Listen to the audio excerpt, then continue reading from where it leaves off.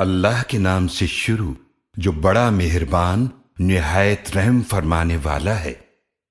ہا میم، واضح کتاب کی قسم، بے شک ہم نے اس کو عربی قرآن بنایا ہے تاکہ تم سمجھو، اور بے شک یہ قرآن مجید ہمارے پاس اصل کتاب لوح محفوظ میں بہت بلند بڑی حکمت والا ہے۔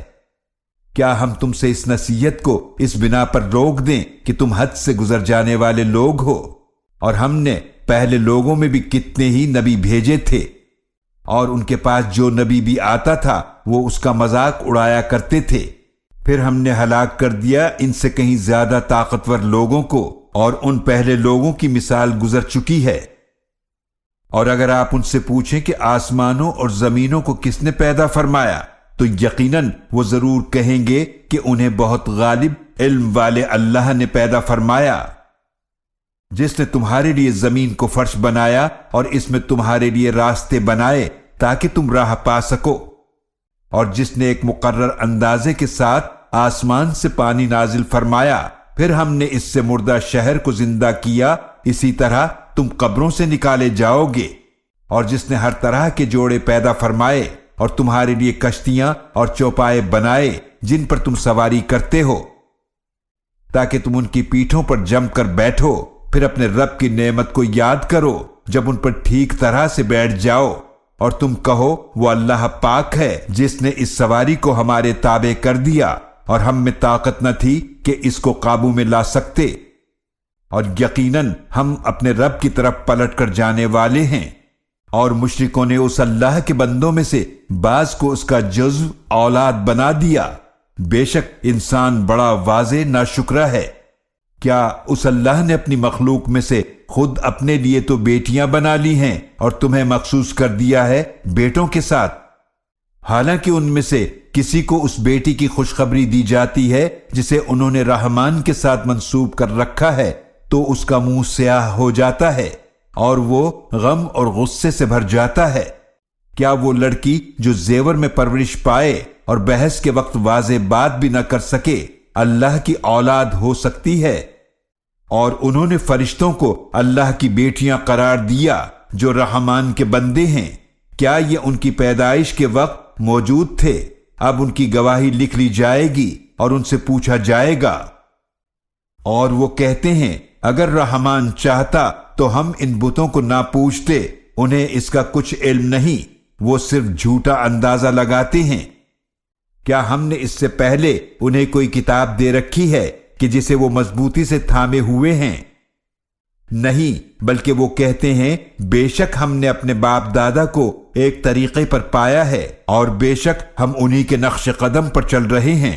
اور اسی طرح ہم نے آپ سے پہلے جب بھی بھیجا کسی بستی میں کوئی ڈرانے والا نبی تو وہاں کے خوشحال لوگوں نے کہا کہ بے شک ہم نے اپنے باپ دادا کو ایک طریقے پر پایا ہے اور بے شک ہم انہی کے نقش قدم پر چل رہے ہیں۔ اس پر ان کے نبی علیہ السلام نے فرمایا کیا اگر میں تمہارے پاس لاؤں اس سے بڑھ کر ہدایت کا راستہ جس پر تم نے اپنے باپ دادا کو پایا تھا تب بھی انہی کی پیروی کرو گے؟ وہ کہنے لگے بے شک جو کچھ تم دے کر بھیجے گئے ہو ہم اس کا انکار کرنے والے ہیں۔ پھر ہم نے نبی کے ان گستاخوں سے بدلہ لیا تو دیکھیے جھٹلانے والوں کا کیسا انجام ہوا۔ اور جب ابراہیم علیہ السلام نے اپنے باپ اور اپنی قوم سے فرمایا بے شک تم جن کی عبادت کرتے ہو میں ان سے بیزار ہوں سوائے اس ذات کے جس نے مجھے پیدا فرمایا، تو عنقریب وہی میری مزید رہنمائی فرمائے گا۔ اور ابراہیم علیہ السلام نے اس کلمہ توحید کو اپنی اولاد میں باقی رہنے والا کلمہ بنا دیا تاکہ وہ اللہ کی طرف رجوع کریں۔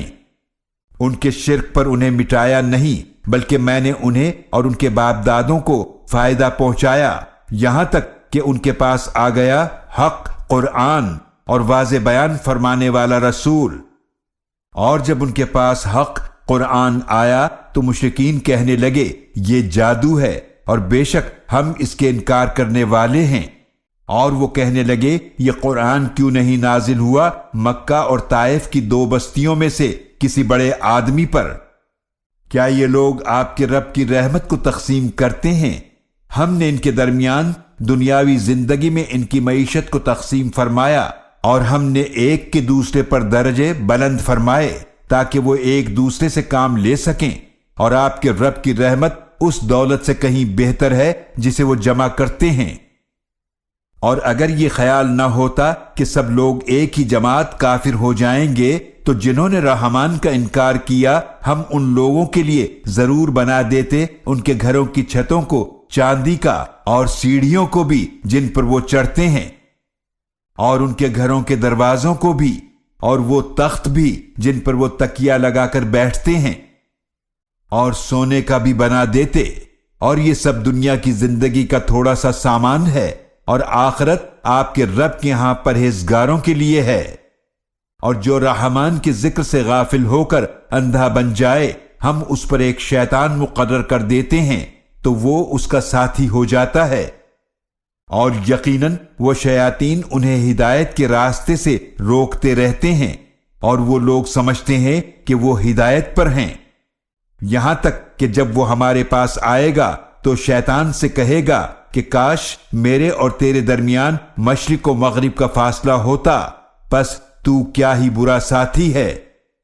اور جب تم دنیا میں ظلم کر چکے ہو تو آج تمہیں یہ بات ہرگز کوئی فائدہ نہیں پہنچائے گی کہ بے شک تم عذاب میں ایک دوسرے کے شریک ہو۔ پھر کیا آپ بہروں کو سنائیں گے یا اندھوں کو راستہ دکھائیں گے، اور انہیں راستہ دکھائیں گے جو کھلی گمراہی میں ہیں؟ پھر اگر ہم آپ کو دنیا سے لے جائیں تو تب بھی ہم ان سے بدلہ لینے والے ہیں، یا ہم آپ کو وہ عذاب دکھا دیں جس کا ہم نے ان سے وعدہ کیا ہے تو بے شک ہم ان پر قدرت رکھنے والے ہیں۔ تو آپ اس قرآن کو مضبوطی سے تھامے رکھیں جو آپ صلی اللہ علیہ وآلہ وسلم کی طرف وحی فرمایا گیا ہے، بے شک آپ صلی اللہ علیہ وآلہ وسلم سیدھے راستے پر ہیں، اور یقیناً یہ قرآن آپ صلی اللہ علیہ وآلہ وسلم کے لیے اور آپ کی قوم امت کے لیے ضرور عظیم نصیحت ہے، اور ان قریب تم سب سے پوچھا جائے گا۔ اور آپ ہمارے رسولوں سے پوچھئے جنہیں ہم نے آپ سے پہلے بھیجا تھا، کیا ہم نے رحمان کے سوا اور کوئی معبود بنائے تھے کہ ان کی عبادت کی جائے؟ اور یقیناً ہم نے موسیٰ علیہ السلام کو اپنی نشانیوں کے ساتھ بھیجا فرعون اور اس کی قوم کے سرداروں کی طرف، تو موسیٰ علیہ السلام نے فرمایا بے شک میں تمام جہانوں کے رب کا بھیجا ہوا ہوں۔ پھر جب وہ ہماری نشانیوں کے ساتھ ان کے پاس آئے تو وہ لوگ اس وقت ان نشانیوں پر ہنسنے لگے، اور ہم جو نشانی انہیں دکھاتے تھے وہ پہلے سے بڑی ہوتی تھی، اور ہم نے انہیں عذاب میں پکڑ لیا تاکہ وہ باز آ جائیں، اور وہ کہنے لگے اے جادوگر تم اپنے رب سے ہمارے لیے دعا کرو اس عہد کے مطابق جو اس نے تم سے کر رکھا ہے، یقیناً ہم ضرور سیدھے راستے پر آ جائیں گے۔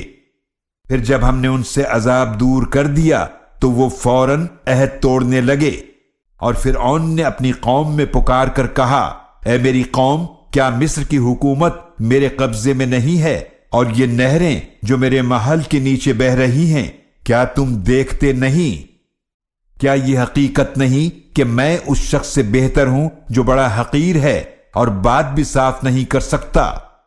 تو اس موسیٰ پر سونے کے کنگن کیوں نہیں اتارے جاتے، یا اس کے ساتھ فرشتے جمع ہو کر کیوں نہیں آتے؟ تو اس فرعون نے اپنی قوم کو بے وقوف بنایا تو انہوں نے اس کی بات مان لی، بے شک وہ نافرمان لوگ تھے۔ تو جب انہوں نے موسیٰ علیہ السلام کی شان میں توہین کر کے ہمیں ناراض کر دیا تو ہم نے ان سب سے انتقام لیا، پھر ہم نے ان سب کو غرق کر دیا، پھر ہم نے انہیں گئے گزرے کر دیا اور بعد والوں کے لیے نمونہ عبرت بنا دیا۔ اور جب عیسیٰ علیہ السلام ابن مریم کی مثال بیان کی گئی تو اس وقت آپ کی قوم خوشی سے چلانے لگی اور کہنے لگی ہمارے معبود اچھے ہیں یا وہ عیسیٰ۔ انہوں نے آپ صلی اللہ علیہ وآلہ وسلم سے یہ مثال صرف جھگڑنے کے لیے بیان کی ہے، بلکہ یہ لوگ ہیں ہی جھگڑالو۔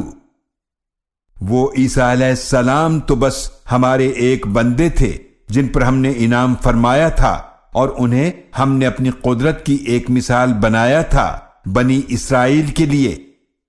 اور اگر ہم چاہتے تو تمہاری جگہ تم میں سے فرشتے بنا دیتے جو تمہارے بعد زمین میں رہتے، اور یقیناً وہ عیسیٰ علیہ السلام قیامت کی ایک نشانی ہیں، تو لوگو تم اس میں شک نہ کرو اور میری پیروی کرتے رہو، یہی سیدھا راستہ ہے، اور کہیں شیطان تمہیں اس راستے سے روک نہ دے، بے شک وہ تمہارا کھلا دشمن ہے۔ اور جب عیسیٰ علیہ السلام نشانیوں کے ساتھ آئے تو انہوں نے فرمایا، یقیناً میں تمہارے پاس حکمت کی باتیں لے کر آیا ہوں، اور اس لیے آیا ہوں کہ میں تم پر وہ بعض باتیں واضح کر دوں جن میں تم اختلاف کرتے ہو، تو اللہ کی نافرمانی سے ڈرو اور میری اطاعت کرو۔ بے شک اللہ ہی میرا رب ہے اور تم سب کا بھی رب ہے، تو اسی کی عبادت کرو، یہی سیدھا راستہ ہے۔ پھر ان میں سے کئی گروہوں نے آپس میں اختلاف کیا تو ظالموں کے لیے ہلاکت ہے دردناک دن کے عذاب سے۔ کیا یہ صرف قیامت کا انتظار کر رہے ہیں کہ ان پر اچانک آ جائے اور انہیں خبر ہی نہ ہو؟ سب گہرے دوست اس دن ایک دوسرے کے دشمن ہوں گے سوائے پرہیزگاروں کے۔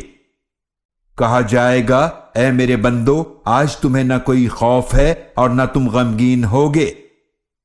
جو لوگ ہماری آیتوں پر ایمان لائے اور وہ فرما بردار تھے، انہیں حکم ہوگا تم اور تمہاری بیویاں جنت میں داخل ہو جاؤ خوشی خوشی۔ ان پر سونے کی پلیٹوں اور پیالوں کا دور چلایا جائے گا، اور وہاں وہ ہوگا جو ان کے جی چاہیں گے، اور جس سے آنکھوں کو لذت ملے گی، اور تم اس میں ہمیشہ رہو گے۔ اور یہ جنت ہے جس کے تم وارث بنائے گئے ہو ان نیک اعمال کے بدلے جو تم کرتے رہے۔ اس میں تمہارے لیے بہت سے میوے ہیں جن میں سے تم کھاؤ گے۔ بے شک مجرم جہنم کے عذاب میں ہمیشہ رہنے والے ہیں، وہ عذاب ان سے ہلکا نہیں کیا جائے گا اور وہ اس میں مایوس پڑے رہیں گے۔ اور ہم نے ان پر ظلم نہیں کیا لیکن وہ خود ہی ظالم تھے۔ اور وہ جہنم پر مقرر فرشتے کو پکاریں گے، اے مالک تمہارا رب ہمیں موت دے دے۔ وہ کہے گا، تمہیں اسی حال میں رہنا ہے، یقیناً ہم تمہارے پاس حق لائے تھے لیکن تم میں سے اکثر حق کو ناپسند کرتے تھے۔ کیا انہوں نے کوئی بات طے کر لی ہے؟ تو بے شک ہم بھی طے کرنے والے ہیں۔ کیا وہ خیال کرتے ہیں کہ ہم ان کی پوشیدہ باتیں اور سرگوشیاں نہیں سنتے ہیں؟ کیوں نہیں، اور ہمارے فرشتے ان کے پاس لکھتے رہتے ہیں۔ آپ فرما دیجئے کہ اگر بفرض محال اللہ کی کوئی اولاد ہوتی تو میں سب سے پہلا عابد ہوں، مجھے تو اس کا علم ضرور ہوتا۔ پاک ہے آسمانوں اور زمینوں کا رب اور عرش کا رب ان باتوں سے جو یہ بیان کرتے ہیں، تو ان کو چھوڑ دیجئے، وہ بیکار باتوں میں الجھے رہیں اور کھیلیں کودیں یہاں تک کہ وہ اپنے اس دن کو پالیں جس کا ان سے وعدہ کیا جا رہا ہے۔ اور وہی اللہ آسمان میں معبود ہے اور زمین میں بھی معبود ہے، اور وہی خوب حکمت والا، خوب جاننے والا ہے۔ اور بہت بابرکت ہے وہ اللہ جس کے لیے آسمانوں اور زمینوں کی اور جو کچھ ان کے درمیان ہے سب کی بادشاہت ہے، اور اسی کے پاس قیامت کا علم ہے، اور اسی کی طرف تم سب لوٹائے جاؤ گے۔ اور وہ معبود سفارش کا اختیار نہیں رکھتے جنہیں وہ اس اللہ کے سوا پوچھتے ہیں، مگر جنہوں نے حق کی گواہی دی اور وہ جانتے بھی تھے وہ شفاعت کر سکتے ہیں۔ اور اگر آپ ان سے پوچھیں کہ انہیں کس نے پیدا کیا تو یقیناً وہ کہیں گے اللہ نے، پھر یہ کہاں بھٹکے جا رہے ہیں۔ اور اس رسول مکرم صلی اللہ علیہ وآلہ وسلم کے اس قول کی قسم، اے میرے رب، بے شک یہ وہ لوگ ہیں جو ایمان نہیں لاتے، تو آپ صلی اللہ علیہ وآلہ وسلم ان سے منہ پھیر لیجئے اور کہہ دیجئے، بس اب ہمارا سلام، تو ان قریب وہ انجام جان لیں گے۔